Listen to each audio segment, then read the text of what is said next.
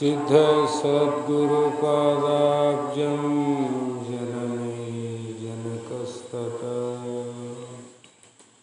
तत्तोपदेशकर्तारं नत्वा भक्तिपुरस्सरम् अद्वैत सार्वभौम जगदादि जगद्गुरु ಸಿದ್ಧಾರೂಢ ಮಹಾಸ್ವಾಮಿಗಳ ಶ್ರೀಪಾದಪದ್ಮಗಳಿಗೂ ಆರೂಢ ಜ್ಯೋತಿ ಶಿವಪುತ್ರ ಮಹಾಸ್ವಾಮಿಗಳ ಶ್ರೀಪಾದಗಳಿಗೂ ಶ್ರೋತ್ರಿಯ ಬ್ರಹ್ಮನಿಷ್ಠ ಬ್ರಹ್ಮಲೀನ ಸದ್ಗುರು ಬಸವಾನಂದರ ಶ್ರೀ ಚರಣ ಕಮಲಗಳಿಗೂ ಅನಂತ ದೀರ್ಘ ದಂಡ ಪ್ರಣಾಮಗಳನ್ನು ಸಮರ್ಪಿಸುತ್ತ ಸದ್ಗುರು ಸಿದ್ಧಲಿಂಗಪ್ಪ ತಾತ ಕಪ್ಪಗಲ್ ಇವರನ್ನು ಮನದೋಡು ಧ್ಯಾನಿಸುತ್ತ ಯಾವ ಬೆಂಡೆಗಂಬಳಿ ಗ್ರಾಮದ ಸುಕ್ಷೇತ್ರ ಸಿದ್ಧಾರೂಢ ಮಹಾಸ್ವಾಮಿಗಳ ಪುಣ್ಯಕ್ಷೇತ್ರದಲ್ಲಿ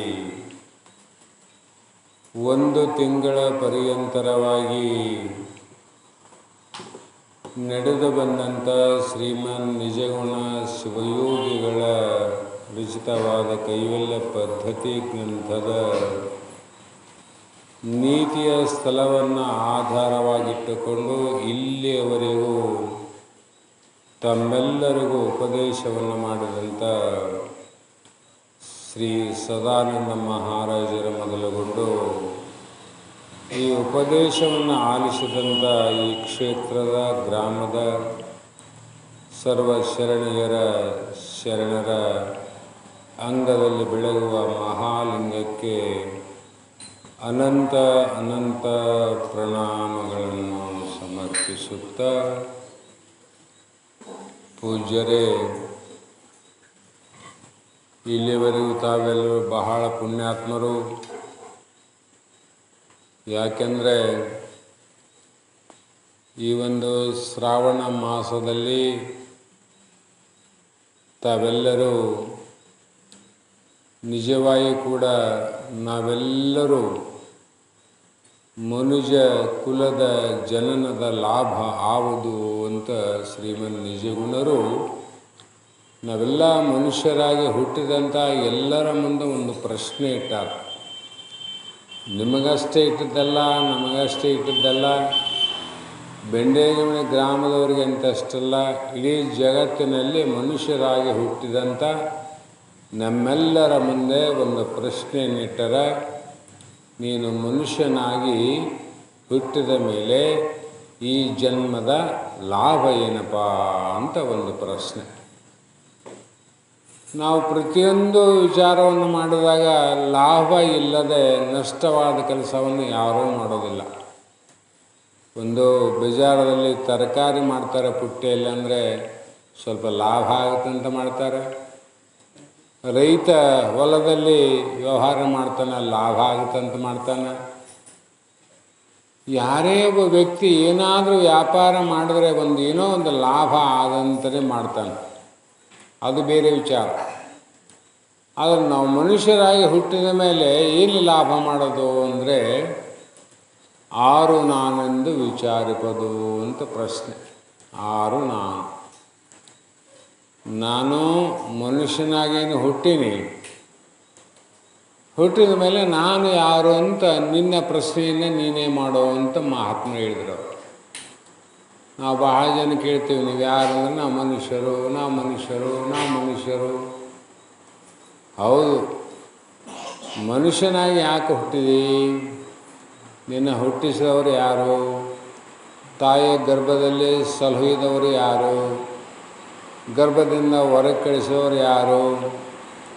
ಮತ್ತು ನೀನು ಕಳಿಸಿದ ಮೇಲೆ ಯಾಕೆ ಬಂದ ಮೇಲೆ ಮತ್ತೆ ಬೆಳೆದ ಮೇಲೆ ಯೌವನವಾದಿ, ಯೌವನ ಆದಮೇಲೆ ಮುಪ್ಪಾದ ಮೇಲೆ ರೋಗ ವ್ಯಾಧಿಗಳಿಗೆ ತುತ್ತಾಗಿ ಕೊನೆಗೆ ಈ ಒಂದು ದೇಹವನ್ನು ಬಿಟ್ಟು ನೀನು ಹೋಗೇ ಬಿಟ್ಟು. ಅಂದರೆ ಇದ್ರಾಗ ಯಾರು ನೀನು? ಮುದುಕ ನೀನೇನು? ಮುದುಕ ನೀನಾಗಿದ್ದರೆ ತರುಣ ಅಲ್ಲ ಅಂತ ಒಪ್ಪಕತ್ತದ. ತರುಣ ಅಲ್ಲೇನು ಅಂದರೆ ಬಾಲಕ ಅಂದರೆ ನೀ ಬಾಲಕ ಆಗಿದ್ದರೆ ದೊಡ್ಡವನಾಗಬಾರ್ದಾಗಿತ್ತಲ್ಲ, ತರುಣ ಆಗಬಾರ್ದಾಗಿತ್ತು. ಇಲ್ಲ ತರುಣನೇ ನಾನು ರೀ ಅಂದರೆ ಮುದುಕ ಆಗಬಾರ್ದಾಗಿತ್ತು. ಹೌದಲ್ರಿ, ಇದು ಭಾಳ ವಿಚಿತ್ರ ಅದಲ್ಲ ಅಂತ ಪ್ರಶ್ನೆ ಬರ್ತಾವ. ಇವಾಗ ಪ್ರಶ್ನೆ ಬರೋದು, ಇಲ್ಲ ರೀ ನಾನು ಬಾಲಕನಲ್ಲ ಬಿಡ್ರಿ ಅಂದರೆ ಯಾರು? ಶಿಶು ನೀನಾಗಿದ್ದರೆ ಹುಡುಗ ಆಗಬಾರ್ದಾಗಿತ್ತಲ್ಲ. ಶಿಶುವೇ ನಾವಾಗಿದ್ದರೆ ಹುಡುಗ ಆಗಬಾರ್ದಾಗಿತ್ತು. ಅಂದಮೇಲೆ ನಾವು ಶಿಶು ಆದದ್ದು ಸತ್ಯ, ತಾಯಿಯ ಗರ್ಭದಿಂದ ಹುಟ್ಟಿ ಬಂದದ್ದು ಸತ್ಯ, ಮುಂದೆ ಬಾಲಕನಾದದ್ದು ಸತ್ಯ, ಮುಂದೆ ತರುಣಾವಸ್ಥೆಯಲ್ಲಿ ತರುಣನಾದದ್ದು ಸತ್ಯ, ಮುದುಕರಾದದ್ದು ಸತ್ಯ, ಸತ್ತು ಹೋದದ್ದು ಸತ್ಯ. ಇದ್ರಾಗೇನು ಅನುಮಾನ ಇಲ್ಲ, ಯಾರಿಗೆ ಸಂಶಯ ಇಲ್ಲಿದ್ರಾಗ. ಅಂದರೆ ಈ ಯಾವ ಶ್ರುತಿ ಗುರುಗಳ ವಾಕ್ಯದಿಂದ ನಾವು ವಿಚಾರ ಮಾಡಿದರೆ, ಈ ದೇಹದ ದೃಷ್ಟಿಯನ್ನು ನೋಡಿದಾಗ ದೇಹ ತಾಯಿಯ ಗರ್ಭದಿಂದ ಬೆಳೆದದ, ಅಲ್ಲಿಂದ ಹುಟ್ಟ್ಯದ. ಆ ಹುಟ್ಟಿನಿಂದ ಶರೀರ ಅಗಲ ಆಗ್ತಾ ಎತ್ತರ ಆಗ್ತಾ, ಅಗಲ ಆಗ್ತಾ ಎತ್ತರ ಆಗ್ತಾ ಬಾಲಕ ಆಯಿತು, ತರುಣ ಆಯಿತು, ಮುಪ್ಪಾಯಿತು, ಸತ್ತಾಯಿತು. ಇದರ ನೇಮ, ದೇಹದ ನೇಮ. ಆದರೆ ದೇಹದ ಒಳಗೆ ಒಂದು ಆತ್ಮ ಅಂತದ, ಜೀವಾತ್ಮ ಅಂತ ಅದ. ಈ ದೇಹವೇ ನಾನು ಆಗಿದ್ದೆ ಅಂದರೆ ನನ್ನ ದೇಹ ನಾನು ಅಂತ ಯಾರಿಗೆ ನಾವು ಹೇಳಕ್ಕೆ ಬರ್ತಿದ್ದಿಲ್ಲ. ಈ ಮೈಕಂತ ನಾ ಹೇಳ್ತೇನೆಂದರೆ, ಈ ಮೊಬೈಲ್ ಅಂತ ಹೇಳ್ತೇನೆಂದರೆ ಮೊಬೈಲ್ಗಿಂತ ನನಗಿಂತ ಅದು ಬೇರೆ ಅದ, ನನಗಿಂತ ಮೈಕ್ ಬೇರೆ ಅದ, ನನಗಿಂತ ಮಠ ಬೇರೆ ಅದ. ಹಾಗಾಗಿ ಆ ಮಠ ಅದ, ಮೈಕ್ ಅದ, ಮೊಬೈಲ್ ಅದ, ಜನ ಅದ ಅಂತ ಎಲ್ಲ ಹೇಳ್ತೀವಿ. ಅಂದ್ರೆ ಅವು ನಾವಲ್ಲ ಅಂತ ಅರ್ಥ ಆಯ್ತು. ಅಂದರೆ ಯಾರು ನೀನು? ಇವೆಲ್ಲನ್ನ ತಿಳಿಯೋನೇ ನಾನು ಅಂತ, ಎಲ್ಲವನ್ನು ತಿಳಿಯೋರೆ ನಾವು. ಹಾಗಾಗಿ ಈ ವೇದಾಂತವನ್ನು ನಾವು ಶ್ರುತಿ ಗುರುಗಳ ಮುಖಾಂತರವಾಗಿ ಈ ಪ್ರಶ್ನೆಯನ್ನು ಮುಂದಿಟ್ಟುಕೊಂಡು, ಹೇ ಗುರುನಾಥ, ಹೇ ಸದ್ಗುರುವೇ, ಈ ನನ್ನ ದೇಹದ ಹುಟ್ಟು ಸಾವು ಮತ್ತು ಹುಟ್ಟು ಸಾವಿನ ಮಧ್ಯದಲ್ಲಿ ಬಂದು ಹೋಗುವಂಥ ಅನಂತ ದುಃಖಗಳೇನವ, ಈ ಎಲ್ಲ ದುಃಖಗಳು ಶರೀರದಲ್ಲಿ ಯಾರಿಗೆ? ದೇಹಕ್ಕೆ ದುಃಖ ಅದೋ, ಅಥವಾ ಜೀವನಿಗೆ ದುಃಖ ಅದೋ, ಅಥವಾ ಮನಸ್ಸಿಗೆ ದುಃಖ ಅದೋ, ಇಂದ್ರಿಯಗಳಿಗೆ ದುಃಖ ಅದೋ, ಕರ್ಮೇಂದ್ರಿಯ ದುಃಖ ಅದೋ? ನಾನು ಒಂದನ್ನು ಅರಿಯೇ, ಯಾವುದೇನೂ ಗೊತ್ತಿಲ್ಲ ಗುರುವೇ ನನಗೆ. ಅದಕ್ಕಾಗಿ ಇದೆಲ್ಲವನ್ನು ತಿಳಿಸಿಕೊಟ್ಟು ನನ್ನ ಉದ್ಧಾರ ಮಾಡುವಂತಕ್ಕಂಥ ಭಾವದಿಂದನೇ ಆದಿ ಕಾಲದಿಂದಲೂ, ಆದಿ ಅಂದರೆ ಶ್ರುತಿ ಯುಕ್ತಿಗಳು ಹುಟ್ಟುವುದಕ್ಕಿಂತ ಮುಂಚಿತವಾಗಿ ಮಹಾತ್ಮರು, ಶರಣರು, ಸಂತರು, ಜ್ಞಾನಿಗಳಾದವರೆಲ್ಲರೂ ಕೂಡ ಇದೇ ಕಾರ್ಯವನ್ನು ಮಾಡಿ ಇದನ್ನು ತಿಳಿಯೋದಕ್ಕೋಸ್ಕರವಾಗಿ ಶಿಷ್ಯರಾಗಿ ಶರಣಾಗತರಾದರು, ಗುರುಗಳಾಗಿ ಬೋಧವನ್ನು ಮಾಡಿ ಅವರು ಗುರುಗಳಾದರು. ಅವತ್ತಿನಿಂದ ನಡೆದು ಬಂದಂಥ ಸಂಪ್ರದಾಯವೇ ಗುರು ಶಿಷ್ಯರ ಸಮ್ಮೇಳನ. ಗುರು ಶಿಷ್ಯರ ಸಮ್ಮೇಳನ ಏನಂದರೆ, ಹುಡುಗರಿಗೆ ಶಾಲೆಯ ಮಾಸ್ತರಿಗೆ ಸಂಬಂಧ ಇದ್ದಂಗೆ. ಹುಡುಗರು ಶಾಲೆಗೆ ಹೋಗಿ ಶಾಲೆಯ ಶಿಕ್ಷಕರ ಸಂಬಂಧದಿಂದ ಈ ಲೋಕ ವ್ಯವಹಾರದ ಜ್ಞಾನವನ್ನು ಹೇಗೆ ಪಡೆದುಕೊಂಡು ಅವರು ಮುಂದೆ ಅನಂತ ವೈವಿಧ್ಯಮತೆಯನ್ನು ಜ್ಞಾನವನ್ನು ಪಡೆದು ಉದ್ಯೋಗವನ್ನು ಮಾಡಿ ಸಂಪಾದನೆಯನ್ನು ಮಾಡಿ ಆ ಹಣದಿಂದ ಬದುಕಲಿಕ್ಕೆ ಒಂದು ವ್ಯವಸ್ಥೆ ಆಗ್ತಕ್ಕಂಥದ್ದು ಇದು ಬಾಹ್ಯ ವಿದ್ಯೆ. ಅದಕ್ಕಾಗಿ ಮಕ್ಕಳನ್ನ ಎಲ್ಲಿ ಕಳಿಸ್ತೀವಿ ನಾವು? ಶಾಲೆಯಲ್ಲಿ ಶಿಕ್ಷಕರ ಕಡೆ ಕಳಿಸ್ತೀವಿ, ಮಾಸ್ತರ್ ಕಡೆ. ಅಲ್ಲೇ ಹೋಗಿ ಕಲಿಬೇಕು ಅವನು. ಎಲ್ಲೋ ಗಿಡದ ಬುಡಕ್ಕೆ ಕುಂತು ನಾನು ಕಲ್ತೀನಿ, ಅಥವಾ ಎಲ್ಲೋ ಮರಿ ನಿಂತು ನಾನು ಅದನ್ನೇ ಕಲ್ತೀನಿ ಅಂದರೂ ಕೂಡ ಅದಕ್ಕೆ ಸರ್ಟಿಫಿಕೇಟ್ ಇಲ್ಲ. ಸರ್ಟಿಫಿಕೇಟ್ ಕೊಡೋಂಗಿಲ್ಲ. ಅದಕ್ಕೆ ಕೊಡ್ತಾರೇನ್ರಿ? ನಿಮ್ಮ ಶಾಲೆ ಒಳಗೆ ಬಂದು ಕುಂತು ನಿಮ್ಮ ಪಾಠ ಪ್ರವಚನವನ್ನು ಕೇಳಿ ಸರಿಯಾದ ಪ್ರಶ್ನೆಗಳಿಗೆ ಉತ್ತರವನ್ನು ಬರೆದು ಪಾಸಾದಂಥ ವ್ಯಕ್ತಿಗಳಿಗೆ ಸರ್ಟಿಫಿಕೇಟ್ ಕೊಡ್ತಾರೆ, ಮುಂದಿನ ಕ್ಲಾಸಿಗೆ ಹೋಗ್ರಿ ಅಂತ. ಇಲ್ಲೇ ಆದರೂ ಕೂಡ ಅಂಥ ವಿದ್ಯೆಯೇ ಕಲಿಬೇಕಾಗಿದ್ದರೆ ಮಕ್ಕಳಿಗೆ ಒಂದು ವಿಧಿ ಉಂಟು. ವಿಧಿ ಅಂದರೆ ಒಂದು ನಿಯಮ. ಇಷ್ಟು ವರ್ಷದಲ್ಲಿ ಅವನಿಗೆ ಶಾಲೆಗೆ ಹಾಕಬೇಕು, ಅವನು LKG UKG ಅಂತ ಹಾಕಬೇಕು, ಆಮೇಲೆ 1ನೇ ತರಗತಿ, ಪ್ರಾಥಮಿಕ, ಶೈಕ್ಷಣಿಕ, ಅನಂತ ರೀತಿಯಿಂದ ಪಾರಂಗತನಾಗಲಿಕ್ಕೆ ಒಂದು ವಿಧಿಗಳಾವ. ಅದೇ ಪ್ರಕಾರವಾಗಿ ಬ್ರಹ್ಮವಿದ್ಯೆಯನ್ನು ಕಲಿಬೇಕಾಗಿದ್ದರೆ ನಾವು ಎಲ್ಲಿ ಹೋಗಬೇಕು ಅಂದರೆ, ಶಾಲೆಯಲ್ಲಿ ಕಾಲೇಜಿನಲ್ಲಿ ಇವು ಹೇಳಿಕೊಡೋಂಗಿಲ್ಲ. ಶಾಲೆಯಲ್ಲಿ ಕಾಲೇಜಿನಲ್ಲಿ ಇದು ಕೇಳೋದಲ್ಲ. ಶಾಲೆ ಕಾಲೇಜಿನಲ್ಲಿ ಪಾಠ ಮಾಡುವಂಥ ಶಿಕ್ಷಕರು ಇದು ಹೇಳೋದನ್ನಲ್ಲ. ಅವರು ಹೇಳೋದನ್ನಲ್ಲ, ಇವರು ಕೇಳೋದಲ್ಲ. ಅಲ್ಲಿ ಕೇಳೋದೇ ಬೇರೆ ಅದ, ಅವರು ಹೇಳೋದು ಬೇರೆ ಅದ. ಆ ಪ್ರಶ್ನೆ ಬೇರೆ. ಇಂಥ ಒಂದು ಬ್ರಹ್ಮವಿದ್ಯೆಯನ್ನು ನಾವು ತಿಳ್ಕೋಬೇಕಾಗಿದ್ದರೆ ಎಲ್ಲಿ ಹೋಗ್ಬೇಕಂದ್ರೆ ಬ್ರಹ್ಮವಿದ್ಯಾ ಆಶ್ರಮಗಳಿಗೆ ಹೋಗಬೇಕು. ಶ್ರೋತ್ರಿಯ ಬ್ರಹ್ಮನಿಷ್ಠ ಸದ್ಗುರುಗಳಿಗೆ ಶರಣಾಗಬೇಕು. ಅವರು ಹೇಳಿದಂತೆ ಕ್ರಮದಿಂದ ನಾವು ಏನು ಮಾಡಬೇಕಾಗಿದೆ? ಪ್ರಥಮ 3 ಕಾರ್ಯಗಳನ್ನು ಮಾಡಬೇಕು. ನಾವೆಲ್ಲರೂ ಸಿದ್ಧಾರೂಢ ಮಹಾಸ್ವಾಮಿಗಳು ಶರಣರು ಹುಟ್ಟಿದಂತೆ ತಾಯಿಯ ಗರ್ಭದಲ್ಲೇ ಎಲ್ಲ ಪಾಪವನ್ನು ಕಳ್ಕೊಂಡು, ಮಲದೋಷವನ್ನು ನಿವೃತ್ತಿ ಮಾಡಿಕೊಂಡು, ವಿಕ್ಷೇಪ ದೋಷವನ್ನು ಕಳ್ಕೊಂಡು, ಆವರಣ ಅಜ್ಞಾನ ದೋಷವನ್ನು ಕಳ್ಕೊಂಡು ಈ ಜಗತ್ತನ್ನು ಉದ್ಧಾರ ಮಾಡಲಿಕ್ಕೆ, ಕಲ್ಯಾಣ ಮಾಡಲಿಕ್ಕೆ ಬಂದಂಥ ಶರಣರು ನಾವಲ್ಲ, ನೀವಲ್ಲ. ಶರಣರೇ ನಾವು. ಆ ಬಸವಾದಿ ಶರಣರು, ಸಿದ್ಧಾರೂಢ ಮಹಾಸ್ವಾಮಿಗಳು, ಇವರೆಲ್ಲರೂ ಎಲ್ಲವನ್ನು ತೊಳೆದುಕೊಂಡು ಲೋಕದ ಉದ್ಧಾರ ಕಲ್ಯಾಣವನ್ನು ಮಾಡೋದಕ್ಕೋಸ್ಕರವಾಗಿ ನಿರಾಕಾರವಾಗಿರ್ತಕ್ಕಂಥ ಪರಮಾತ್ಮ ಒಂದು ಸ್ಥೂಲವಾದ ಆಕಾರದ ದೇಹವನ್ನು ತೊಟ್ಟು ಈ ಜಗತ್ತಿಗೆ ಯಾಕೆ ಬಂದ ಅಂದರೆ ನಿಮ್ಮೆಲ್ಲರ ಕಲ್ಯಾಣವನ್ನು ಮಾಡಿ ಉದ್ಧಾರ ಮಾಡೋಕ್ಕೆ ಬಂದಂಥ ಅವತಾರ ಪುರುಷರು ಎಲ್ಲ. ಹಾಗಾಗಿ ಒಮ್ಮೆಲೆ ನಾವು ಜ್ಞಾನಕ್ಕೆ ಹೋಗಿ ಮುಕ್ತರಾಗ್ತೀವಿ ಅಂತಕ್ಕಂಥ ಭಾವವನ್ನು ಬಿಡಬೇಕು, ತಲೆಯನ್ನು ತೆಗಿಬೇಕು. ಯಾಕಂದರೆ ಅವರು ಅವತಾರ ಪುರುಷರು. ಅವರು ಪೂರ್ವದಲ್ಲೇ ಮಲವಿಕ್ಷೇಪ ದೋಷವನ್ನು ಕಳ್ಕೊಂಡು ಬಂದಾರ. ಆವರಣ ದೋಷವನ್ನು ಕಳ್ಕೊಂಡು ಬರೀ ಜ್ಞಾನಿಗಳಾಗಿ ಜಗತ್ತಿನಲ್ಲಿ ಸತ್ಯವಾದ ನಮ್ಮ ಸ್ವರೂಪವನ್ನು ತಿಳಿಸಲಿಕ್ಕೆ ಬಂದಂಥ ವ್ಯಕ್ತಿಗಳು. ಹಾಗಾಗಿ ಅವರಿಗೆ ಆದಂಗೆ ನಮಗೆ ಬೇಗ ಮೋಕ್ಷ ಮುಕ್ತಿ ಆಗ್ತದಂತ ತಿಳ್ಕೋಬಾರದು, ಆಗೋದಿಲ್ಲ ಅಂತ ಕೈ ಬಿಡಬಾರ್ದು. ಸಾಧನೆಗೆ ಮಾತ್ರ ಇದು ಮೀರಿದ್ದಲ್ಲ. ನಮ್ಮ ಮಲ ವಿಕ್ಷೇಪ ದೋಷ ಹೋಗಬೇಕಾಗಿದ್ದರೆ ನಾವೇನು ಮಾಡಬೇಕು ಅಂದರೆ, ಮೊದಲೇ ಹೇಳಿದಂತೆ ಮಹಾರಾಜರು ಕೂಡ ಹೇಳ್ಯಾರ, ದುರಿತ ಕರ್ಮವನ್ನಲ್ಲದರೂ ಪುಣ್ಯವನ್ನು ಮಾಡು, ಹರನ ಅಡಿ ವಿಡಿ ಶಾಂತರ ಒಡನಾಡು. ಇವೆಲ್ಲ ಒಂದೊಂದು ವಾಕ್ಯಗಳು ನಮ್ಮ ಜೀವನದಲ್ಲಿ ಅಳವಡಿಸಿಕೊಳ್ಳಬೇಕಾಗಿದ್ದರೆ ಒಂದೊಂದು ದೇಹನೇ ಹೋಗ್ತಾವೆ. ಎಷ್ಟೋ ಜನಕ್ಕೆ ದೇಹನೇ ಹೋಗ್ತಾವೆ. ನೀವೆಲ್ಲರೂ ಈ ಬೆಣ್ಣೆಗಂಬಳಿ ಗ್ರಾಮದ ಸರ್ವರು ಬಹಳಷ್ಟು ಪುಣ್ಯ ಮಾಡಿರಂಥೇಳಿ ಈ ಪುಣ್ಯಕ್ಷೇತ್ರದಲ್ಲಿ ಒಂದು ಜ್ಞಾನ ಮಂದಿರವನ್ನು ಆಧಾರ ಸ್ತಂಭವನ್ನು ಮಾಡಿಕೊಂಡು ಇವತ್ತು ಕಾಶಿಯಲ್ಲಿ ನಡೀತಕ್ಕಂಥ ಪಂಡಿತರ ವಿಷಯ ಇದೆ. ಕಾಶಿಯಲ್ಲಿ ಕಲಿತು ಬಂದರೆಂದರೆ ಕಾಶಿಯಲ್ಲಿ ಕಲಿತದ್ದೇನಿಲ್ಲ, ನಾನೆಂದು ವಿಚಾರಿಸ್ಬೋದು.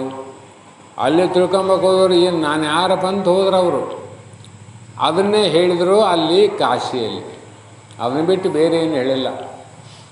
ಅದೇ ವಿಚಾರವನ್ನು, ಅದೇ ವಿಷಯವನ್ನು, ಅದೇ ಬ್ರಹ್ಮವಿದ್ಯೆ, ಅದೇ ಬ್ರಹ್ಮಜ್ಞಾನವನ್ನು ಇವತ್ತು ಕಾಶಿ ಅಲ್ಲ, ಸಾಮಾನ್ಯ ಒಂದು ಬೆಂಡೆಗಂಬಳಿ, ಬೆನಕನಹಳ್ಳಿ ಅಥವಾ ಇನ್ನೂ ಉಳಿದಂಥ ನೀರ್ಮಾನವಿ, ಕೆಮ್ಲಾಪುರ, ಬಾಚ್ವಾರ, ಹೊಸಳ್ಳಿ ಹಲವು ಗ್ರಾಮಗಳಲ್ಲಿ ಇವತ್ತು ನಡೀತದ ಅಂದರೆ ವಿಚಾರ ಮಾಡಿರಿ. ಕಾಶಿಯಲ್ಲಿ ಪಂಡಿತರು ಹೇಳೋದು, ಪಂಡಿತರು ಕೇಳೋದನ್ನು ಇವತ್ತು ಸಾಮಾನ್ಯ ಗ್ರಾಮಗಳಲ್ಲಿ ಇರುವಂಥ ತಮ್ಮಂಥವರೆಲ್ಲರೂ ಕೂಡ ಈ ವಿದ್ಯೆಯನ್ನು ಕೇಳ್ತೀರಂದರೆ ಇದು ಕೂಡ ಕಾಶಿ ಕ್ಷೇತ್ರ ಅಂತಲೇ ಎಲ್ಲ ತಿಳ್ಕೊಬೇಕು. ಕಾಶಿಯಲ್ಲಿ ಸಿಗುವ ವಿದ್ಯೆ ಇಲ್ಲಿ ಸಿಗ್ತದಂದರೆ ಇದು ಕಾಶಿ ಅಲ್ಲ, ಇದು ಕಾಶಿ ಅಂತಲೇ ಯಾರಿಗೆ ವಿಶ್ವಾಸ ಬರ್ತದೆ, ಯಾರಿಗೆ ನಂಬಿಕೆ ಬರ್ತದೆ, ಶ್ರದ್ಧಾವಾನ್ ಲಭತೆ ಜ್ಞಾನ. ಅದಕ್ಕಾಗಿ ನಾವೇನು ಮಾಡಬೇಕಾಗಿದಂದರೆ ಸದ್ಗುರು ಹೇಳಿದಂಥ ವಾಕ್ಯಗಳನ್ನು ಎಲ್ಲರೂ ಮನನ ಮಾಡಬೇಕು, ಎಲ್ಲರೂ ಅದನ್ನು ನೆನಪಿಡಬೇಕು, ಎಲ್ಲರೂ ಕೂಡ ಈ ಪುಣ್ಯ ಕಾರ್ಯದಲ್ಲಿ ಭಾಗಿಗಳಾಗಬೇಕು. ನಾಳೆ ಈ ದೇಹವನ್ನು ಯಾಕೆ ಬಂದದಂದರೆ ಮೊದಲೇ ಹೇಳಿವಿ ನಾವು, ಈ ಮನುಷ್ಯರಲ್ಲಿ 3 ಪ್ರಕಾರ, 84 ಲಕ್ಷ ಜೀವರಾಶಿಗಳು ಬೇರೆ ಬಿಡ್ರವನ್ನ.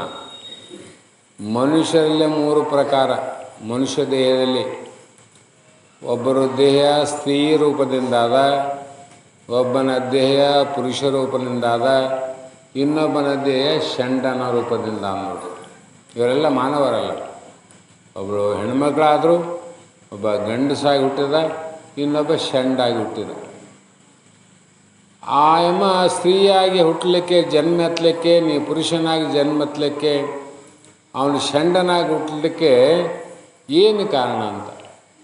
ಕಾರಣ ಏನು? ಅವ್ರ್ಯಾರೋ ನಾವು ಹೆಣ್ಣಾಗಿ ಹುಟ್ಟಬೇಕಂತ ಬಯಸಿಲ್ಲ, ನಾವು ಯಾರು ಗಂಡಾಗಿ ಹುಟ್ಟಬೇಕಂತ ಬಯಸಿಲ್ಲ. ಪಾಪ ಅವನು ಷಂಡನಾಗಿ ಲೋಕದ ಅಪಮಾನವನ್ನು ಪಡೆಯಬೇಕಂತ ಅವನು ಷಂಡನಾಗಿಲ್ಲ. ಇವೆಲ್ಲ ದೈವಲೀಲೆ, ದೈವಲೀಲೆ ಇದು. ಈ ದೈವಲೀಲೆ ಒಂದೇ ಪ್ರಕಾರ ಇರಬೇಕಾಗಿತ್ತಲ್ಲ, ಇಷ್ಟು ಪ್ರಕಾರ ಯಾಕಾಯಿತು? 3 ಪ್ರಕಾರ. ಎಲ್ಲರನ್ನ ಹೆಣ್ಮಕ್ಳು ಮಾಡಬೇಕಾಗಿತ್ತು, ಎಲ್ಲರನ್ನ ಗಂಡಸನ್ನೇ ಮಾಡಬೇಕಾಗಿತ್ತು, ಎಲ್ಲರನ್ನ ಷಂಡರಾಗಿ ಮಾಡಬೇಕಾಗಿತ್ತು. ಇಷ್ಟು ಯಾಕೆ ಭೇದ ಮಾಡೋದಂದರೆ ಭಗವಂತನಲ್ಲಿ ಭೇದಕ್ಕಾಗಿ ಅಲ್ಲ, ನಾವು ಹಿಂದಿನ ಜನ್ಮದಲ್ಲೇ ಮಾಡಿದ ಪಾಪ ಪುಣ್ಯಗಳ ಭೇದದಿಂದನೇ ಅದಕ್ಕೆ ಅನುಸಾರವಾಗಿ ಒಂದು ಹೆಣ್ಣಾಗ್ಯದ, ಒಂದು ಗಂಡಾಗ್ಯದ, ಒಂದು ಷಂಡಾಗ್ಯದ. ಇಷ್ಟೇ ವ್ಯತ್ಯಾಸ. ಅಂದರೆ ನಾವು ಮಾಡಿದ ಕರ್ಮ ಭೇದದಿಂದನೇ ಜನ್ಮ ಬಂದವಂತ ಅರ್ಥ ಆಯ್ತಲ್ಲ. ಈಗ ನಾವು ಮಾಡಿದ ಹಿಂದಿನ ಜನ್ಮದ ಕರ್ಮ ಭೇದವೇ ಇವತ್ತು ಜಗತ್ತೇ ಭೇದ ಆಗಲಿಕ್ಕೆ ಕಾರಣ. ಆಗಲಿ, ಎಷ್ಟೇ ಭೇದವಾಗಿದ್ದರೂ ಕೂಡ ಈ ದೇಹದ ಒಳಗಡೆ ಅಭೇದವಾಗಿರ್ತಕ್ಕಂಥ ಎಲ್ಲರ ಅಂಗ ಅಂದರೆ ಶರೀರದಲ್ಲಿ ಒಂದು ಲಿಂಗ ಅದ, ಅಂಗದಲ್ಲಿ ಲಿಂಗ. ಆದರೆ ಆ ಲಿಂಗಕ್ಕೆ ನಾಶ ಇಲ್ಲ, ಅಂಗಕ್ಕೆ ಉಳಿಗಾಲವಿಲ್ಲ. ಅಂಗ ನಾಶ ಆಗ್ತದೆ. ನಾಶ ಅಂದ್ರೇನು? ಇದು ಕಾಣಲಾರ್ದ ಒಂದಿಷ್ಟು ಬಿದ್ದು ಹೋಗ್ತದೆ. ಆದರೆ ಇದರೊಳಗೆ ಒಂದು ಲಿಂಗ ಅಂತ ಅದ, ಆ ಲಿಂಗಕ್ಕೆ ಮಾತ್ರ ನಾಶ ಇಲ್ಲ ನೋಡ್ರಿ. ನಮ್ಮ ವೀರಶೈವ ಧರ್ಮದಲ್ಲಿ ಎಲ್ಲರಿಗೂ ಗೊತ್ತಿರ್ತದೆ. ಮಹಾತ್ಮರು ಬಹುಕಾಲದಿಂದ ನಿನ್ನ ಕರಸ್ಥಳಕ್ಕೆ ಒಂದು ಚುಳುಕಾದನಯ್ಯ ಅಂತ ಒಂದು ವಚನದಲ್ಲಿ ಅಂಗದಲ್ಲಿ ಲಿಂಗವನ್ನು ಕೊಡ್ತಾರೆ. ಆ ಲಿಂಗ ಪೂಜೆಯನ್ನು ಮಾಡಿ, ಲಿಂಗ ಅನುಷ್ಠಾನವನ್ನು ಮಾಡಿ, ಅಲ್ಲಿ ಏಕಾಗ್ರತೆಯನ್ನು ತಂದುಕೊಂಡು ಆ ಒಳಗಿನ ಲಿಂಗವನ್ನು ಕಾಣುವಂತ ಅದು ಕೊಟ್ಟರು ನಮಗೆ. ಏಕಾಗ್ರತೆ ಬರಲಿ ಅಂತ ಅದರಲ್ಲೇ ಒಂದು ಕುರು ಇಟ್ಟಾರ. ಅದರ ಒಳಗೆ ಒಂದು ಪಾನೇವಾಟ ಅಂತ ಇರ್ತದೆ, ಸಣ್ಣದು ಇರ್ತದೆ. ನಮ್ಮ ಬಸೈತಾತ್ನವರಿಗೆಲ್ಲ ಗೊತ್ತದ. ಅದರ ಮೇಲೆ ಕಂತಿ ಇಡಿಸ್ತಾರೆ, ಕಂತಿ ಕಪ್ಪಿದ್ದಿದ್ದು ಕಂತಿ. ಅದರೊಳಗೆ ಪಾನೇವಾಟ ಇರ್ತದೆ. ಒಳಗಿಂದ ಒಂದು ಬೇರೆ, ಹೊರಗಿಂದ ಒಂದು ಬೇರೆ. ಹೊರಗಿಂದ ಏನು ಹೇಳಿಕೊಡ್ತದಂದರೆ ಜಗತ್ ಸ್ವರೂಪ ಅಂತ. ಒಳಗಿಂದು ಅದು ಲಿಂಗ ಸ್ವರೂಪ, ಹೊರಗಿಂದು ಅಂಗ ಸ್ವರೂಪ, ಒಳಗಿಂದು ಲಿಂಗ ಸ್ವರೂಪ. ಅದಕ್ಕಾಗಿ ಆ ಕಂತಿ ತುಪ್ಪದ್ದೇ ಇರಲಿ, ಇನ್ನೊಂದೇ ಇರಲಿ, ಭಾಳ ದಿನ ಆದಮೇಲೆ ಕೆಲವೊಂದು ಸಲ ಅದೇನಾಗ್ತದಂದರೆ ಅದೇನಾಗ್ತದಪ್ಪ, ಭಿನ್ನ ಆಗ್ತದೆ, ಸೀಳ್ತದೆ ಅಥವಾ ಏನೋ ಆಗ್ತದೆ. ಆ ಭಿನ್ನ ಆದ ಮೇಲೆ ಅದರ ಒಳಗಿರುವಂಥ ಲಿಂಗಕ್ಕೆ ಪೂಜ್ಯಕ್ಕೆ ಯೋಗ್ಯತೆ ಅಲ್ಲ, ಪೂಜೆ ಮಾಡೋಂಗಿಲ್ಲ, ಮಾಡಬಾರ್ದು. ಮತ್ತೆ ಅದಕ್ಕೆ ಕಂತಿ ಇಡಿಸಿ, ಮತ್ತೆ ಪಾದೋದಕ ಮಾಡಿಸಿ, ಅದಕ್ಕೆ ಮಂತ್ರಜ್ಞಾನವನ್ನು ಉಪದೇಶ ಮಾಡಿ ಮತ್ತೆ ಪೂಜೆ ಮಾಡಬೇಕು ವಿನಃ ಆ ಭಿನ್ನಲ್ಲಿ ಆದ ಲಿಂಗವನ್ನು ಪೂಜೆ ಮಾಡೋಕ್ಕೆ ಬರೋದಿಲ್ಲ, ಭಿನ್ನ ಆಗ್ಯದ. ಅದರಂತೆ ಈ ಒಳಗೆ ಇರುವಂಥ ಒಂದು ಜೀವಾತ್ಮ ಅಥವಾ ಪರಮಾತ್ಮ ಅನ್ನುವಂಥದ್ದು ಒಂದು ಲಿಂಗ, ಅದು ದೊಡ್ಡ ಲಿಂಗ. ಅದು ಆ ಲಿಂಗದ ಮೇಲೆ ದೊಡ್ಡ ಅಂಗ ಅದು ನೋಡಿ, ಶರೀರ. ಶರೀರ ಆದಿಲ್ಲ. ಇದು ಎಲ್ಲಿಯವರೆಗೂ ಆ ಲಿಂಗ ಸ್ಪಷ್ಟವಾಗಿದೋ ಅಷ್ಟರೊಳಗೆ ಆ ಪೂಜಾ ವಿಧಾನವನ್ನು ಮುಗಿಸಿ ಆ ಲಿಂಗ ಪೂಜೆಯನ್ನು ಮಾಡುವಂಥ ಜೀವಾತ್ಮ ಪರಮಾತ್ಮನಲ್ಲಿ ಲೀನ ಆಗ್ಬೇಕು, ಐಕ್ಯ ಆಗ್ಬೇಕು. ಅದು ಮುಗೀತಂತ ಅವತ್ತು. ಅದು ಆಗಲಾರ್ದು ನಾವು ಎಷ್ಟು ವರ್ಷ ಕೈಯಲ್ಲಿ ಇಟ್ಕೊಂಡ್ರೇನದ, ತಲೆ ಮೇಲೆ ಇಟ್ಕೊಂಡ್ರೆ ಏನಿಲ್ಲ, ಪ್ರಯೋಜನ ಇಲ್ಲ. ಅದರ ಒಳಗೆ ಹೋಗ್ಬೇಕಂತ ಮನಸ್ಸು ಆ ಲಿಂಗದ ಕಡೆ ಹೋಗ್ಬೇಕು, ಒಳಗಿನ ಲಿಂಗದ ಕಡೆ. ಅದರಂತೆ ಈ ಶರೀರ ಇರೋದ್ರೊಳಗಾಗಿ ನಾವು ಬ್ರಹ್ಮನಲ್ಲಿ ಐಕ್ಯ ಆಗ್ಕೊಂಡು ಪರಮಾತ್ಮನಲ್ಲಿ ಐಕ್ಯ ಆಗ್ಬೇಕು. ದೇಹ ಭಿನ್ನ ಆದಮೇಲೆ ಇದಕ್ಕೆ ಏನು ಪೂಜೆ ಮಾಡಿದ್ರು ಕೂಡ, ಸತ್ಯ ಹಣಕ್ಕೆ ಪೂಜೆ ಮಾಡಿದ್ರೆ ಏನೋ ಫಲ ಕೊಟ್ಟದನ್ರಿ? ಇದ್ದಾಗ ಪೂಜೆ ಮಾಡಿದ್ರೆ ಮಹಾತ್ಮರಿಗೆ, ಶರಣರಿಗೆ, ಸಂತರಿಗೆ ಪೂಜೆ ಪುನಸ್ಕಾರ ಮಾಡಿದ್ರೆ ಫಲ ಉಂಟು. ಆ ಪ್ರಾಣ ಹೋದಂಥ ಹೆಣಕ್ಕೆ ಸರ್ಪಭೂಷಣರು ಹೆಣಕ್ಕೆ ಶೃಂಗಾರ ಮಾಡಿದೆ ಅಂತಂದರು. ಹೆಣಕ್ಕೆ ಏನಾನ ಶೃಂಗಾರ ಮಾಡಿದೀವಿ, ಅಲಂಕಾರ ಮಾಡಿದೀವಿ, ಪೂಜೆ ಮಾಡಿದೀವಿ, ಅದರಿಂದ ಏನು ಫಲ ಪೂಜೆ ಮಾಡಿದ್ರೆ ಸಿಗ್ತದೇನು ಅಂದರೆ ಇಲ್ಲ ಅಂತ. ಅದರೊಳಗೆ ಆ ಪರಮಾತ್ಮ ಇರುವಾಗ ಪೂಜೆ ಮಾಡಿದ್ರೆ ಅದಕ್ಕೆ ಫಲ ಸಿಗ್ತಿತ್ತು. ಯಾಕಂದರೆ ಒಳಗಿನ ಪರಮಾತ್ಮನೇ ನಮ್ಮ ಪೂಜೆ ಆದವಿನ ಹೊರಗಿನ ದೇಹಕ್ಕಲ್ಲ. ಹಾಗಾಗಿ ನಾವು ಕೂಡ ವಿಚಾರ ಮಾಡಿ ಇವತ್ತು ಏನು ಮಾಡಬೇಕಾದ್ರೆ ಮಾನವ ಜನ್ಮವನ್ನು ಸಾರ್ಥಕ ಮಾಡಿಕೊಳ್ಬೇಕು. ಆ ಸಾರ್ಥಕ ಮಾಡಿಕೊಳ್ಳಲಿ ಅಂತಕ್ಕಂಥ ಭಾವದಿಂದನೇ ಸಿದ್ಧಾರೂಢರ ಸಂಕಲ್ಪ, ಬಸವಾನಂದರ ಸಂಕಲ್ಪ, ಆನಂತರ ಈ ಗ್ರಾಮದ ಪುಣ್ಯಾತ್ಮರ ಒಂದು ಪುಣ್ಯಬಲದಿಂದ ಈ ಕ್ಷೇತ್ರದಲ್ಲಿ ಸಿದ್ಧಾರೂಢ ಮಹಾಸ್ವಾಮಿಗಳ ಮಠ ತಯಾರಾಗಿ ಇದು ಏನಾಯಿತು ಅಂದರೆ, ಊರಲ್ಲಿ ಒಂದೇ ಕಂಬ ಹಾಕಿ ಲೈಟ್ ಹಾಕಿದರೆ ಊರು ತುಂಬ ಬೆಳಕಾಗಲ್ಲ. ಕಂಬ ಒಂದಾದ ಆ ಕಂಬಕ್ಕೆ ಹಾಕ್ರಿ ಒಂದು ಲೈಟ್ ಹಾಕಿಬಿಟ್ಟು ಸಾಕು, ಮತ್ತೆ ಹಾಕಂದ್ರೆ ಊರು ತುಂಬ ಆಗ್ತಾನೆ ಬೆಳಕದು ಆಗೋದಿಲ್ಲ. ಊರು ತುಂಬ ಬೆಳಕಾಗಬೇಕಾದ್ರೆ ಏನು ಮಾಡಬೇಕು, ಅಲ್ಲೊಂದು ಲೈಟ್ ಕಂಬ ಹಾಕ್ಬೇಕು. ಹೌದ್ರಿ, ಊರು ತುಂಬ ಓಣಿಗೊಂದು ಲೈಟ್ ಕಂಬ ಅವ, ಮನೆಗೆ ಕತ್ಲಾದಂದರೆ ಮನೆಗೆ ಲೈಟ್ ಹಾಕಬೇಕು. ಆ ಮನೆಗೂ ಕೂಡ ಒಂದೇ ಲೈಟ್ ಹಾಕಿದ್ರೆ ಮನೆ ತುಂಬ ಬೆಳಕಾಗ್ತದೇನು? ಆ ಮನೆ ತುಂಬ ಬೆಳಕಾಗಂಗಿಲ್ಲ. ಒಂದು ಲೈಟ್ ಆದಿಲ್ಲ ಅಂತಲ್ಲ, ಒಂದೊಂದು ರೂಮಿಗೆ ಹೋದಂಗೆಲ್ಲ ಒಂದೊಂದು ಲೈಟ್ ಬೇಕಿಲ್ಲ. ಅವರದ್ದು ಜಗತ್ತಿನಲ್ಲಿ ಸಿದ್ಧಾರೂಢ ಮಹಾಸ್ವಾಮಿಗಳ ಅದ್ವೈತ ಸಿದ್ಧಾಂತ, ನಿಜಗುಣ ಮಹಾಸ್ವಾಮಿಗಳ ಅದ್ವೈತ ಸಿದ್ಧಾಂತ, ಯಾವ ಬ್ರಹ್ಮಸೂತ್ರ ಭಗವದ್ಗೀತೆಯ ಸಿದ್ಧಾಂತಗಳನ್ನು ಎಲ್ಲೋ ಕಾಶಿಯಲ್ಲಿ ಒಂದೇ ಕಡೆ ಇದ್ದರೆ ನಮ್ಮೆಲ್ಲರಿಗೂ ಆ ಕಾಶಿಯ ಜ್ಞಾನದ ಬೆಳಕು ಆಗ್ತಿದ್ದಿಲ್ಲ. ಕಾಶಿಯಲ್ಲಿ ಒಂದಿದ್ದರೆ ಒಂದು ಕಂಬ ಇದ್ದಂಗೆ, ಒಂದು ಊರಿಗೆ ಒಂದೇ ಲೈಟ್ ಇದ್ದಂಗೆ ಇರ್ತಿತ್ತು, ಎಲ್ಲರಿಗೂ ಬೆಳಕಾಗ್ತಿದ್ದಿಲ್ಲ. ಅದೇ ಪ್ರಕಾರವಾಗಿ ಕಾಶಿಯಲ್ಲಿರುವಂಥ ಆಚಾರ್ಯ ಶಂಕರರ ವಿದ್ಯೆಯನ್ನು ಮೊದಲು ಮಾಡಿಕೊಂಡು ಸಂತರು ಅಲ್ಲಿ ಅಲ್ಲಿ ಅಲ್ಲಿ ಅಲ್ಲಿ ಯಾಕೆ ಬೆಳೆಸಿದ್ರು ಅಂದರೆ, ನೀ ಎಲ್ಲೇನೋ ಹೋಗೋ ಬಟನ್ ಹಾಕೋ ಅಲ್ಲಿ ಬೆಳಕ ಬರ್ಬೇಕಂತ. ಮನೆಗೆ ಯಾವ ರೂಮಿಗೇನೋ ಹೋಗೋ ನೀನು ಬಟನ್ ಹಾಕಿದ ತಕ್ಷಣ ಬೆಳಕ ಆಗ್ಬೇಕು ಅಂದರೆ ಮನೆಗೊಂದು ಲೈಟ್ ಇರಬೇಕಲ್ಲ, 1, 2, 3 ಲೈಟ್ ಇರಬೇಕಲ್ಲ. ಅದಕ್ಕಾಗಿ ಮೂಲ ಉದ್ದೇಶ ಏನಪ್ಪ ಮಹಾತ್ಮರದು ಅಂದರೆ, ಮಠ ಸ್ಥಾಪನೆ ಮಾಡೋದು ಮಜೆ ಮಾಡೋಕ್ಕಲ್ಲ, ಮಠಗಳ ಸ್ಥಾಪನೆ ಮಾಡಿ ಮಜೆ ಮಾಡೋಕ್ಕಲ್ಲ. ಮಠ ಸ್ಥಾಪನೆಯನ್ನು ಮಾಡಿಕೊಂಡು ತಮ್ಮ ಸ್ವಾರ್ಥದ ಉದ್ಧಾರ ಮಾಡಿಕೊಳ್ಳೋಕ್ಕಲ್ಲ.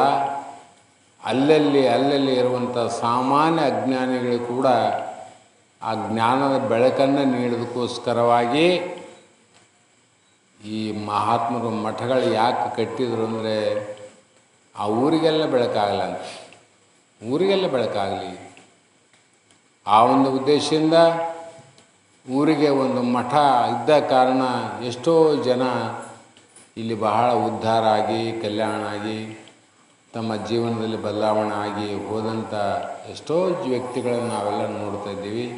ನೀವೆಲ್ಲ ಪುಣ್ಯಾತ್ಮರು ಅಂತಕ್ಕಂಥ ಮಾತನ್ನು ಹೇಳ್ತಾ, ಯಾಕಂದರೆ ಹೇಳೋದಕ್ಕೆ ಬಹಳ ವಿಷಯಗಳವ, ನಿಮಗೆ ಸಮಯ ಏನಾಗ್ತದೆ. ಒಟ್ಟಿನಲ್ಲಿ ಏನು ಮಾಡಿರಿ ಅಂದರೆ ನಂಬ್ರಿ ಅಷ್ಟೆ, ಗುರುವಾಕ್ಯವನ್ನು ನೀವು ನಂಬ್ರಿ, ಶಾಸ್ತ್ರದ ವಾಕ್ಯವನ್ನು ನಂಬ್ರಿ. ಏನಾದರೂ ನಂಬದೇ ಇದ್ರೆ ಪರವಿಲ್ಲ, ನಂಬು ಎಲಮನವೇ ಹಂಬಲಿಸಿದ್ರು ಮುಕ್ತಿ ಎಂಬಯಿಸಿ ಅಂತ ಮಹಾತ್ಮರು ಹೇಳಿದಂಗೆ ನಾವು ನಂಬದೇ ಇದ್ದರೆ ಏನಾಗ್ತದೆ ಅಂದರೆ ಗಂಟಿಲ್ಲದ ಹೊಲಿಗೆ, ನಂಬಿಗಿಲ್ಲದ ಶಾಸ್ತ್ರ. ಒಬ್ಬ ಅತ್ತೆ ಮತ್ತು ಮನೆಯಲ್ಲಿ ಇಬ್ಬರು ಸೊಸೆ ಇದ್ದರು. ಮಧ್ಯಾಹ್ನ ಆಗಿನ ಕಾಲದಲ್ಲಿ ಕೌದಿ ಹೊಲಿತಿದ್ರು ಖಾಲಿ ಕೊಡೋದಕ್ಕಂತ. 3 ಜನ ಒಂದೊಂದು ಮೂಲೆ ಹಿಡಿದು ಕೌದಿ ಹೊಲಿಯಕತ್ತಿದ್ರು. ಇನ್ನು ಹೊಲಿತಾ ಈ ಕಡೆಯಿಂದ ಆ ಕಡೆ ಹೋದ್ಮೇಲೆ ದಾರ ಈ ಕಡೆ ತೆಗಿಬೇಕಲ್ಲ. ಆ ದಾರ ಜಗಿದಾಗ ಚಿಕ್ಕ ಸೊಸೆಯ ದಾರ ಸೂಜಿ ಜೊತೆಗೆ ದಾರನ ಬಂದಬಿಡ್ತು, ಹೊರಗೆ ಬಂತು. ಅತ್ತೆದು ಗಂಟು ಹೊಲಿಗೆ ಬಿದ್ದದ, ಇನ್ನೊಬ್ಬ ಸೊಸೆದು ಗಂಟು ಹೊಲಿಗೆ ಬಿದ್ದದ. ಈ ಸೊಸೆ ಕೂಡ ಅವರಂಗೆ ಹೊಲ್ದಾಳ. ಆದರೆ ಅದೇನಾಯಿತು ಅಂದರೆ ದಾರ ಸಹಿತವಾಗಿ ಕಡೆಗೇ ಬಂದ್ಬಿಡ್ತದೆ. ಆವಾಗ ಪರಿಶನ ಅಲ್ದು, ಯಾಕ್ರಿ ನಂದ್ಯಾಕೆ ಸೂಜಿ ಕೈಯಾಗ ದಾರ ಬಂತು, ನಿಮ್ದ್ಯಾಕೆ ಬರಲಿಲ್ಲ ಅಂತ ಸೊಸೆ ಅತ್ತೆನ ಕೇಳಿದಾಗ ಅತ್ತೆ ಹೇಳಿದ್ಲು, ಇಲ್ಲಮ್ಮ ಹೊಸದಾಗಿದ್ದೀನಿ ಪಾಪ, ಗೊತ್ತಿಲ್ಲ. ಯಾವಾಗಲೂ ಹೊಲಿಬೇಕಾಗಿದ್ದರೆ ದಾರಕ್ಕೆ ಹಿಂದ ಗಂಟು ಹಾಕ್ಬೇಕಂತ. ಗಂಟು ಹಾಕಿದರೆ ನೀವು ಹೊಲಿ ಕುಂದಿರ್ತದ, ಹೊರಗೆ ಬರೋಂಗಿಲ್ಲ ಅದು. ನೋಡು, ನಾವು ಗಂಟು ಹಾಕಿ ಹೊಲಿಗೆ ಕುಂತದ, ಕೌದಿ ಆಗ್ಯದ. ನೀನು ನಮ್ಮಂಗೆ ಇಷ್ಟೊತ್ತು ಹೊಲಿದಿ, ಗಂಟು ಹಾಕಲಿಲ್ಲ, ಹೊಲಿಗೆಲ್ಲ ಬಿಚ್ಚಿ ಹೋಗ್ಯದ, ನಿನ್ನ ವ್ಯರ್ಥ ಆಯಿತು, ನಮಗೆ ಸಾರ್ಥಕ ಆಯಿತು ಅಂತ ಅತ್ತೆ ಸೊಸೆಗೆ ಬೋಧ ಮಾಡಿದಂತೆ ನಾವು ಕೂಡ ಗುರುವಾಕ್ಯವನ್ನು ನಂಬಬೇಕು. ಅವರೇನು ನಮಗೆ ಮೋಸ ಮಾಡೋಕ್ಕೆ ಈ ಮಾತುಗಳು ಹೇಳ್ತಿಲ್ಲ ಮಹಾತ್ಮರು. ನಮ್ಮ ಕಲ್ಯಾಣಕ್ಕಾಗಿ, ನಮ್ಮ ಉದ್ಧಾರಕ್ಕಾಗಿ ಹೇಳಿದಂಥ ಮಾತುಗಳವ.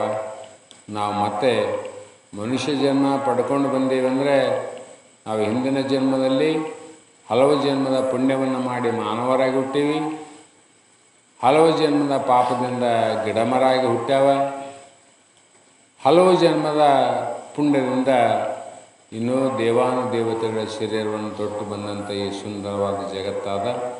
ಹಾಗಾಗಿ ನಾವು ಹುಟ್ಟುವಾಗ ಬಹಳ ತಾಯಿ ಗರ್ಭದಲ್ಲಿ ಬಹಳ ಕಷ್ಟವನ್ನು ಪಟ್ಟು ಬಂದು ಹುಟ್ಟಿವಿ.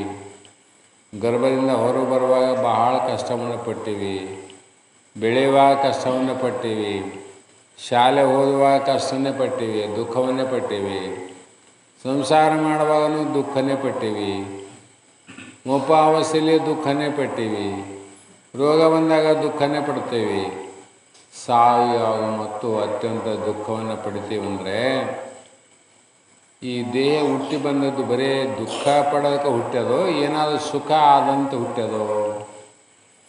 ಬರೀ ದುಃಖನೇ ಆದ ಜಗತ್ತಿನಲ್ಲಿ. ನಮಗೆ ನೋಡಿದ್ರೆ ಬರೀ ದುಃಖನೇ ಕಾಣ್ತಾವೆ. ಗರ್ಭದಲ್ಲೇ ಸುಡುಗಾಡೆ ಹೋಗ್ತಾನೆ ಬರೀ ದುಃಖನೇ, ದುಃಖ ದುಃಖ ದುಃಖ. ಈ ದುಃಖ ನಮಗೆ ಯಾಕೆ ಆಗ್ತದ ಅನ್ನುವಂಥ ಕಾರಣವಿಟ್ಟುಕೊಂಡು ಈ ದುಃಖ ನಮಗೆ ಬರಬಾರ್ದು ಅನ್ನೋದಿರ್ತಾರೆ. ನಾವು ಹುಟ್ಟಿ ಬಂದ ನಮ್ಮ ವಿಚಾರವನ್ನು ನಾವು ತಿಳಿಬೇಕು. ಎಲ್ಲಿವರೆಗೂ ನಾವು ಹುಟ್ಟಿದ್ದು ನಾವು ತಿಳಿಯಂಗಿಲ್ಲೋ ಅಲ್ಲಿವರೆಗೂ ನಮಗೆ ದುಃಖ ತಪ್ಪಂಗಿಲ್ಲ.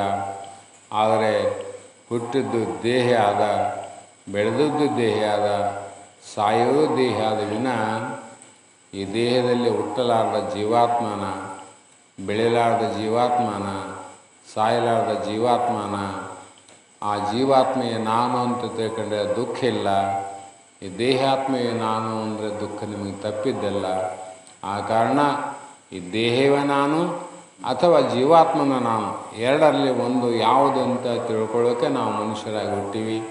ಇದನ್ನು ತಿಳಿದುಕೊಂಡು ನಾವು ನೀವು ಉದ್ಧಾರ ಆಗಿ ಕಲ್ಯಾಣ ಮಾಡಿಕೊಳ್ಳೋಣ ಅಂತಕ್ಕಂಥ ಮಾತನ್ನು ಹೇಳ್ತಾ, ಇಲ್ಲಿವರೆಗೂ ತಾವೆಲ್ಲರೂ ಶಾಂತ ಚಿತ್ತಿಯಿಂದ ಒಂದು ತಿಂಗಳ ಪರ್ಯಂತರವಾಗಿ ಒಂದು ಮಹಾವಾಕ್ಯದ ಉಪದೇಶ ಅರ್ಥವನ್ನು ನೀವೆಲ್ಲರೂ ಕೇಳಿರಿ. ಕೇಳಿದ್ದನ್ನು ಉಳಿಸ್ಕೊಳ್ರಿ. ಕೇಳಿ ಬಿಟ್ಟಿವಿ ಅನ್ನೋ ದೊಡ್ಡ ಮಾತಲ್ಲ, ಕೇಳಿದ್ದನ್ನು ಉಳಿಸ್ಬೇಕು. ನಾ ಭಾಳ ಸಲ ಹೇಳ್ತೇನೆ, ಇವತ್ತು ಬೆನಕಿನಲ್ಲಿ ಕೂಡ ಹೇಳಿರ್ಬೇಕು. ಮೊದಲು ಪ್ರಪಂಚದಲ್ಲಿ ಗಳಿಸ್ಬೇಕು. ಗಳಿಸೋದು ಕಲಿತ ಮೇಲೆ ಉಳಿಸೋದು ಕಲಿಬೇಕು. ಬರೀ ಗಳಿಸಿದ್ದೀವಿ, ಅದನ್ನು ಉಳಿಸಲಿಲ್ಲ ಅಂದರೆ ಗಳಿಸಿ ಪ್ರಯೋಜನ ಏನಾದ್ರು. ಗಳಿಸಿದ ಮೇಲೆ ಸ್ವಲ್ಪ ಭಾಗವನ್ನು ಉಳಿಸ್ಬೇಕು. ಉಳಿಸಿದ್ದನ್ನು ಮತ್ತೇನು ಮಾಡಬೇಕು? ಬೆಳೆಸ್ಬೇಕು. ಒಂದು ಸಲ ಭಾಳ ಬರಗಾಲ ಬಿದ್ದಿತ್ತು. ಬರಗಾಲ ಬಿದ್ದಂಥ ಸಂದರ್ಭದಲ್ಲಿ ತಿನ್ನಲಿಕ್ಕೆ ಕಾಳಿಲ್ಲ, ಕುಡಿಲಿಕ್ಕೆ ನೀರಿಲ್ಲ. ಅಂಥ ಪರಿಸ್ಥಿತಿಯಲ್ಲಿ 3-4 ಮಕ್ಕಳಿರುವಂಥ ಒಂದು ಬಡ ಕುಟುಂಬದಲ್ಲಿ ಭಾಳ ದುಃಖ ಆಯಿತು. ತಂದೆ ಯೋಚನೆ ಮಾಡಿದ, ಇನ್ನು ಬದುಕುವುದು ಹೇಗೆ ಅಂತ. ಈ 4 ಮಕ್ಕಳನ್ನು ಕಟ್ಟಿಕೊಂಡು ಹೇಗೆ ಬದುಕೋದು? ಅನ್ನ ಇಲ್ಲ, ನೀರಿಲ್ಲ ಅಂತ ವಿಚಾರ ಮಾಡಿ ಭಾಳ ಕ್ಷೀಣ ಆದ. 2-3 ದಿನ ಆತನ ಚಿಂತೆಯನ್ನು ನೋಡಿದಂತೆ ಹೆಂಡತಿ ಹೇಳಿದ್ಲು, ಯಾಕೆ ಚಿಂತೆ ಮಾಡ್ತಿದ್ದೀನು? ಯಾತಕ್ಕಾಗಿ ಚಿಂತೆ ಮಾಡ್ತಿದ್ದಿ? ಕಣ್ಣಾರ ನೋಡಿ ಚಿಂತೆ ಯಾಕೆ ಮಾಡ್ತದೆ ಅಂತ ಕೇಳ್ತಿಲ್ಲ. ನನಗೂ ಆಹಾರ ಇಲ್ಲ, ನಿನಗಿಲ್ಲ, ಮಕ್ಕಳಿಗಿಲ್ಲ, ಉಪವಾಸ ಎಷ್ಟು ದಿನ ಅಂತ ಬದುಕೋದು? ಅದಕ್ಕೆ ಚಿಂತೆ ಭಾಳ ಆಗ್ಯದ. ಏನಾದರೂ ನನಗೆ ವಿಚಾರ ಉಳಿತಾ ಇಲ್ಲ ಅಂತ ನನಗೆ ದುಃಖ ಆಗ್ಯದ, ಚಿಂತೆ ಆಗ್ಯದ ಅಂದಾಗ ಸುಮ್ಮನೆ ಕೊಂದ್ರು ಕೋಡೆ ಅನ್ಬೇಕು. ಅಷ್ಟಕ್ಕನೆಲ್ಲ ಯಾಕೆ ಚಿಂತೆ ಮಾಡ್ತಾಯಿಲ್ಲ ಅಂತ ಹೇಳ್ತಿ. ಇವನೇ ಐತಿ, ಎಷ್ಟು ದಿವಸ ನಾನು ಚಿಂತೆ ಮಾಡಿ ತಂದು ಹಾಕಿದವನಿಗೆ ಗೊತ್ತದ, ಅದಕ್ಕೆ ಯಾಕೆ ಚಿಂತೆ ಮಾಡ್ತಿದ್ದೆ ಅಂತ ಹೇಳ್ತಾಳಂದರೆ ಏನು ತಲೆ ಕೆಟ್ಟದ ಏನು ಅಂತ ಅವನು ತಿಳ್ಕೊಂಡ. ಅಂದ್ರೆ ನಿನ್ನ ಮಾತಿನ ಅರ್ಥ ಏನಂತ ಕೇಳಿದಾಗ ಆಕೆ ಹೇಳಿದ್ಲು, ಇಲ್ಲಿ ಬಾ ಮನೆಗಂದು ಒಳಗೆ ಕರ್ಕೊಂಡೋದ್ಲು. ತಾವೇನು ಇಲ್ಲಿಯೇ ವರ್ಷ ಪರ್ಯಂತರವಾಗಿ ದುಡಿತಾ ಇದ್ರಲ್ಲ, 1 ಸೇರು 2 ಸೇರು 3 ಸೇರು ತರ್ತದ ಕೂಲಿ, ಆ ಕೂಲಿ ತಂದಂಥ ಧಾನ್ಯದಲ್ಲಿ ಒಂದೊಂದು ಇಡಿಕೆ ಒಂದು ಗಡಿಗೆ ಹಾಕ್ತದೆ ಮುದುಕಿ. ಒಂದೊಂದು ಇಡಿಕೆ ಭಾಳಲ್ಲ, ಒಂದೊಂದು ಇಡಿಕೆ. ಆವಾಗ ನೋಡ್ತಾರೆ ಬಹಳದಿಂದ ಅದೇನು ದುಡ್ದದಲ್ಲಿ ಸ್ವಲ್ಪ ಏನು ಉಳಿಸ್ಯಾಂತ ಬಂದ್ಲಲ್ಲ, ಆ ಉಳಿದದ್ದು ಬೆಳೆದು ಎಷ್ಟಾಗಿತ್ತು ಅಂದರೆ ದೊಡ್ಡ ಗಡಿಗೆ ತುಂಬ ಧಾನ್ಯನೇ ಆಗಿತ್ತು. ದೊಡ್ಡ ಗಡಿಗೆ ಅದು ನೋಡಿ. ಇಷ್ಟು ಧಾನ್ಯ ಅವ, ಇಷ್ಟು ಕಾಳುಗಳವ. ಎಲ್ಲರೂ ಚಿಂತೆ ಮಾಡಿದಂಗೆ ನೀವು ಚಿಂತೆ ಮಾಡಬೇಡ.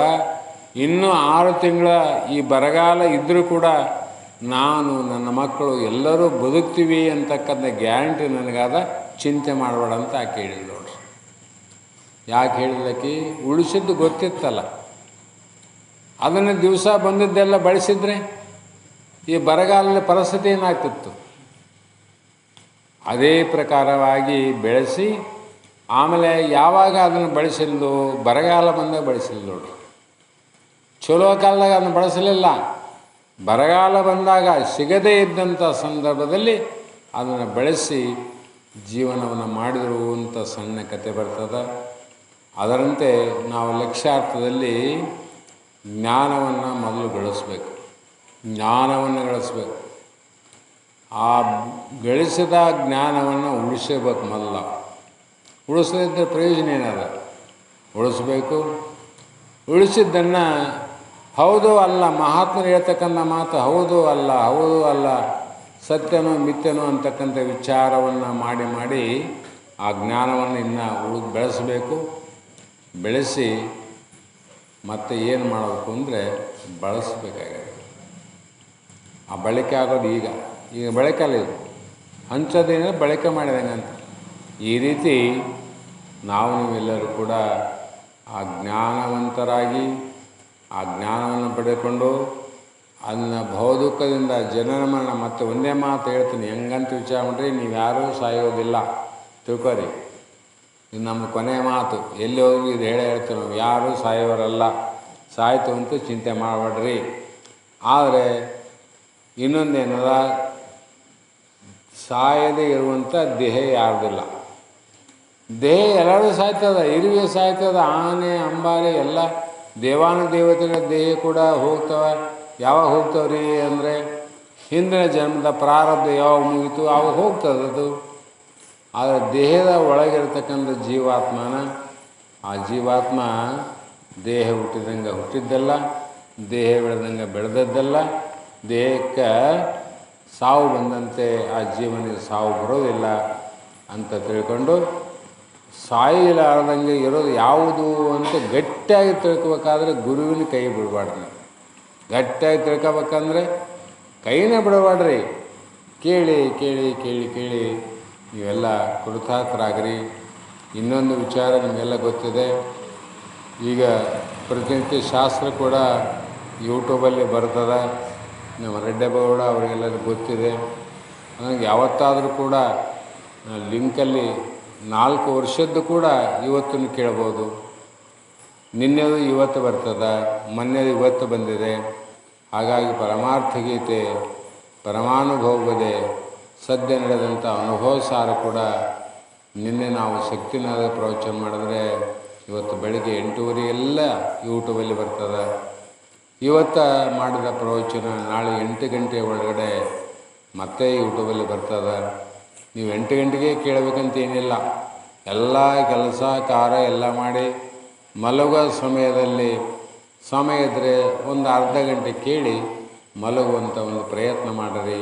ಅಲ್ಲಿ ಅದ್ಭುತವಾದ ಜ್ಞಾನ ಅಡಗಿದೆ ಅಂತಕ್ಕಂಥ ಮಾತನ್ನು ಹೇಳ್ತಾ, ಈ ಒಂದು ಮಾಸದ ಪರ್ಯಂತರವಾಗಿ ನಡೆದು ಬಂದಂಥ ಯಾವ ಆಧ್ಯಾತ್ಮಿಕ ವಿಚಾರವನ್ನು ನಾಳೆ ಈ ಗ್ರಾಮದ ಸದ್ಭಕ್ತರು, ಶಿಷ್ಯವೃಂದದವರು, ಗ್ರಾಮಸ್ಥರು, ಭಕ್ತವೃಂದದವರು ಮಂಗಲ ಕಾರ್ಯವನ್ನು ನಾಳೆ ಹಮ್ಮಿಕೊಂಡಿದ್ದು, ಆ ಮಂಗಳ ಕಾರ್ಯದಲ್ಲಿ ತಾವೆಲ್ಲರೂ ಭಾಗಿಗಳಾಗಿ ಗುರುವಿನ ಒಂದು ಪೂಜಾದಿಗಳನ್ನು ನೆರವೇರಿಸಿ ಸ್ವಲ್ಪ ಶಾಸ್ತ್ರವನ್ನು ಆಲಿಸಿ ಈ ಮಠದ ವತಿಯಿಂದ ಮಾಡುವಂಥ ಮಹಾಪ್ರಸಾದವನ್ನು ಸ್ವೀಕರಿಸಿ ಸಿದ್ಧಾರೂಢ ಮಹಾಸ್ವಾಮಿಗಳ ಮಹಾಕೃಪೆಗೆ ನೀವೆಲ್ಲರೂ ಕೂಡ ಕಾರಣಕರ್ತರಾಗಿ ಕೃತಾರ್ಥರಾಗಿ ಧನ್ಯರಾಗಲಿ ಅಂತಕ್ಕಂಥ 2 ಮಾತನ್ನು ಹೇಳ್ತಾ ಈ ಮಂಗಲವನ್ನು ಹೇಳಿ. ಜಗದ್ಗುರು ಸಿದ್ಧಾರೂಢ